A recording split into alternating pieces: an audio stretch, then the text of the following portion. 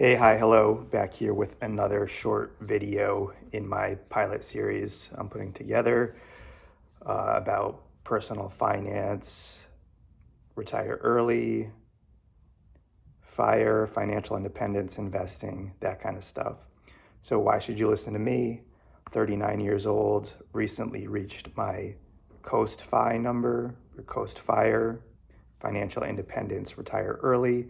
And what that number is the number that you need to hit in order to never make another contribution to your investment accounts again and still have a fully funded retirement at retirement age. So I've hit that number and continuing on my path, going to try to save and invest as much as I can for as long as I can, or until I feel totally financially independent.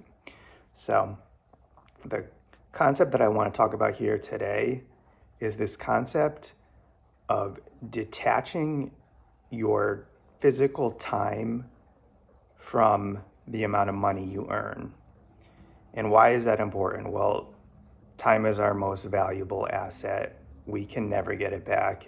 It is more valuable than money because money always does have a way of coming back to you, for sure, but time does not. So when you think about it, what would you rather most spend your time doing in your life? Is it spending time with your family, spending time with your friends, working on your hobbies, working on your fitness, getting sleep, that kind of stuff?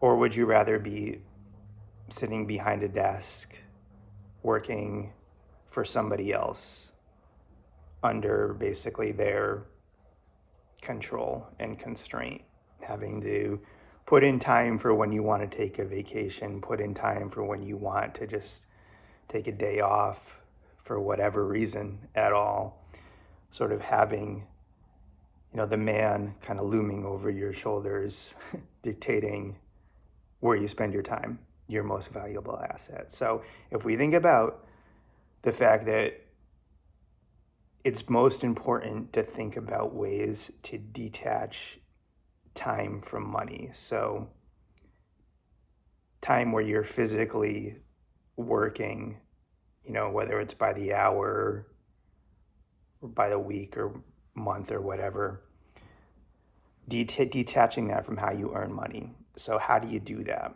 Well, the way that I've done it for a very long time is through investing in the stock market, investing in ETFs, index funds, even a little bit of crypto, that kind of stuff. I find that is sort of kind of the most passive vehicle, we'll say, for detaching your time from your money. Because when you think about it, yeah, you had to earn the money up front, but that money will start to compound inside these accounts, and eventually it gets to a point where you start earning enough compound interest that money starts covering your expenses. And that's the concept of financial independence in a nutshell.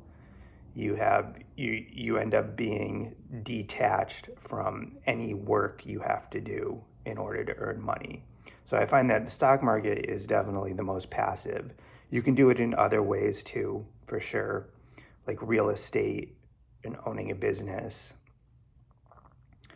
But I find that eventually those aren't as passive kind of at all, because they take a tremendous amount of work to set up, first of all. Like, you think about all the work that goes into buying real estate or setting up a rental property and running it that way.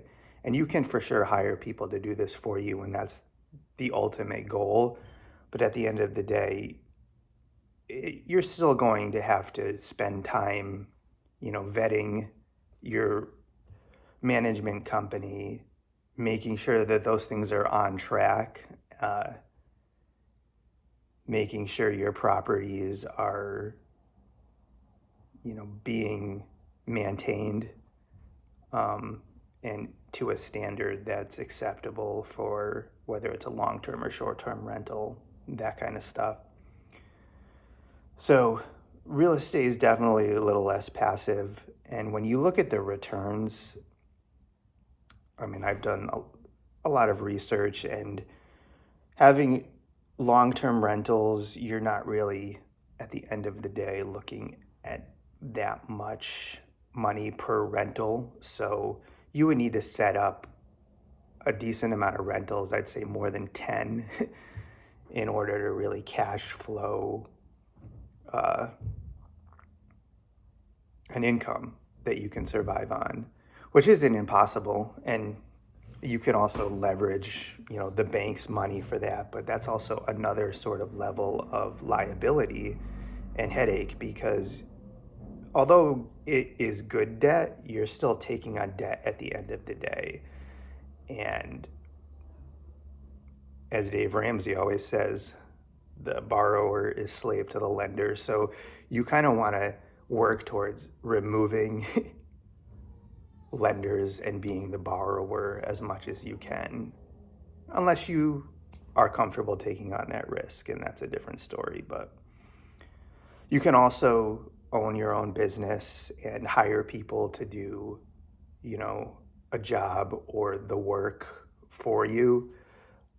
But again, that's also a lot of upfront work and time spent trying to hire the right people,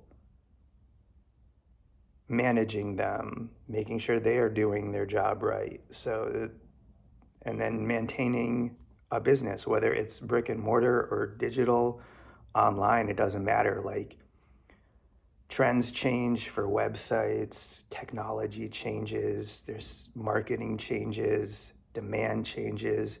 So, you always have to be at the forefront of that stuff, or your business is going to suffer. Same as like brick and mortar, like you have to maintain an actual building, you have to have an inventory. What else? You're paying rent on a space, you have to hire physical people. So, anyways, there's so many sides to the coin, but if you can start thinking about how to detach your time from money, that's the ultimate goal. And it takes a little bit of upfront time.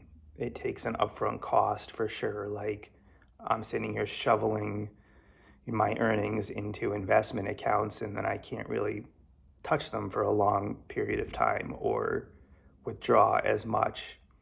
But I still find that is, for me, has been the most passive. I've tried to set up online businesses.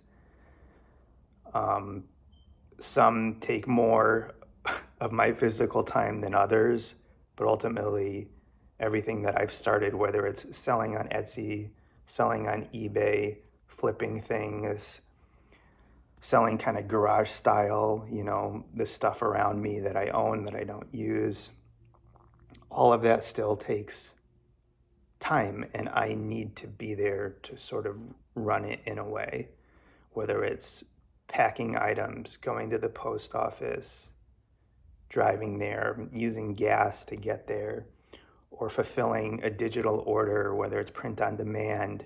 I know there's a lot of systems that's all can be sort of automated, but I still find like you kind of need to have good quality control and understand what's going out the door. And then there's the customer service around that, and dealing with people who are having issues with their order, and do you need to send them a refund, a partial refund,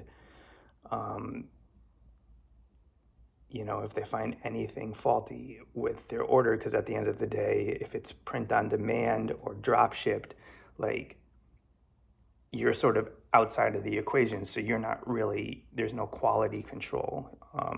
You have less control over what gets to your customer at the end of the day and the quality of that order. So anyways, I found that those kind of things still aren't as passive as, the online hustle community out there really makes them out to be. at the end of the day. You could set up a print-on-demand business, but there's still like marketing that goes along with it. There's still product research. There's still fulfilling orders and customer service and paying for all of like the domains and the fees and the web hosting. And if you can't do it yourself, the design and, all of that stuff. And I'd rather, at the end of the day, try to detach myself as much as I can from that kind of work. I'd rather do that kind of stuff because I do have a passion for marketing and design, and I'm very interested in that kind of stuff and selling online. But I'd rather do it because it's something that, at the end of the day, I really enjoy, and I enjoy selling, and not the other way around where it's like, well, I know there's a high demand for like this type of design, but like I'm not really passionate about it. In a nutshell, that's the point of this video, trying to detach your time, which is your most valuable asset, from how you earn money. And it takes a while to get that system set up and how you actually want to go about doing that. For me, it took a while, but I figured out a system that's been working. And again, that's stock market investing and investing in ETFs, mutual funds, index funds, crypto, and even single stocks. So, and we'll get into that later, but that's sort of the umbrella of how I've done it. So, but that's the point that I want to make across here. So if you have any questions, any reactions, please leave me a comment. Please like and follow, and I'll see you in a future video. So have a great day.